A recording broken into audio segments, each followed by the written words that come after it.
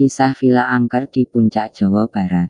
Hai saya Billy. Waktu itu saya dan teman-teman berlibur di sebuah villa di puncak Bogor.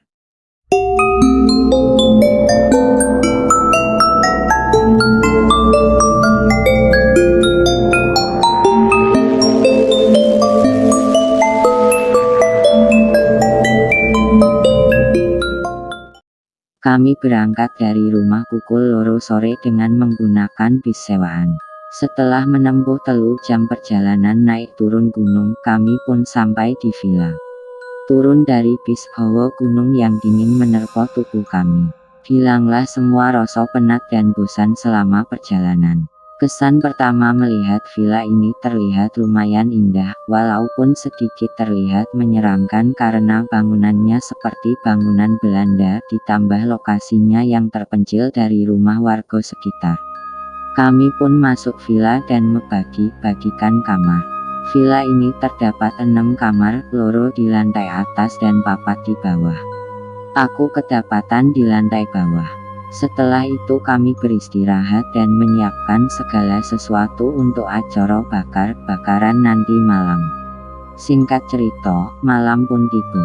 Sekitar pukul 9 malam kita mulai menyalakan api di atas kayu yang sudah disiapkan sebelumnya. Daging pun dipanggang. Sambil menunggu makanan matang, kami menghabiskan waktu.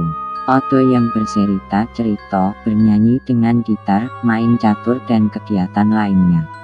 Beberapa saat kemudian makanan pun matang, kami makan bersama. Setelah makan, kami semua tetap di halaman villa sambil melakukan kegiatan yang sama. Tak terasa waktu sudah pukul 1 malam. 2 orang teman kami, Devri dan Wahyu, merasa ngantuk dan ingin segera tidur. Mereka pun mengajak pacarnya masing-masing untuk menemaninya. Berangkatlah mereka masuk ke dalam villa dan menaiki tangga untuk ke kamarnya. Kebetulan kamar mereka kebagian di lantai 2. 1 jam kemudian kami pun merasa ngantuk dan kami putuskan untuk tidur di kamar masing-masing. Kamarku berada di paling depan dekat ruang tamu. Aku tidur bersama 2 orang temanku. 10 menit kemudian aku dikagetkan dengan suara wanita menangis.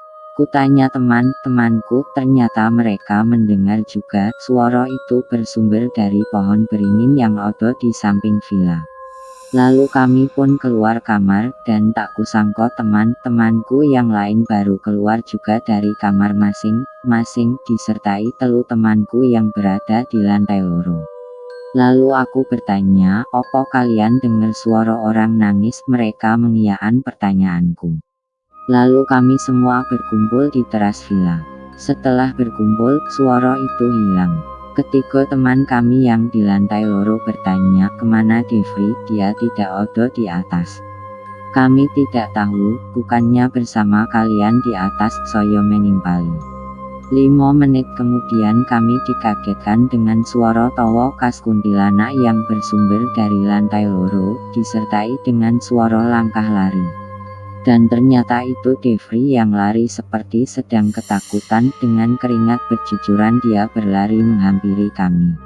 Sambil terengah-engah dia bilang, "Ada kuntilanak di atas," dengan nada bicara seperti orang gugup. Pacarnya pun memeluknya dan kami coba menenangkan Devri. Setelah dia tenang, dia bertanya kepada pacarnya, "Lu ngopo ninggalinku?" Wahyu menjawab, "Tadi lu kari gak ada." Lalu kami pun bertanya tentang kuntilanak itu. Devri bercerita, "Tadi itu gue bangun mau ke kamar mandi. Gue lihat Wahyu masih tidur pulas dengan tertutup selimut. Pas gue keluar kamar, cewek gue manggil gue dari kamarnya. Gue jalan ke kamar cewek gue. Gue buka pintu dan masuk ke kamarnya. Kamarnya itu gelap banget sama bau aroma melati gitu. Gue nyalain HP buat senter. Gue sorot ke arah tempat tidur dan ternyata gue lihat cewek gue lagi tidur sendiri dengan tertutup selimut. Dalam hati, kok sendiri? Gue gak curiga apa tuh, paling ceweknya Wahyu lagi ke kamar mandi." Gue berjalan menuju ranjang. Gue duduk di bibir ranjang. Gue bilang, "Yang, podo opo manggil tapi gak ada jawaban." Terus gue diem dan mainin HP. Sekitar 1 menitan gue angkat selimut di kakinya. Gue pegang kaki cewek gue. Gue kaget kok kakinya koyo kaki orang mati, terasa dingin. Terus gue kayak ngerasa megang rambut yang tebal di antara kakinya diiringi suara cekikikan.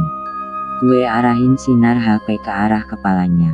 Dan itu bukan cewek gue. Perempuan itu mukanya ketutup rambut tebal yang acak-akakan. Dalam pikiran gue itu sepertinya kuntilanak. Gue lari keluar kamar sambil terus kedengeran suara ketawa yang keras. Gue turun dan kalian udah ada di sini, ungkap Devri.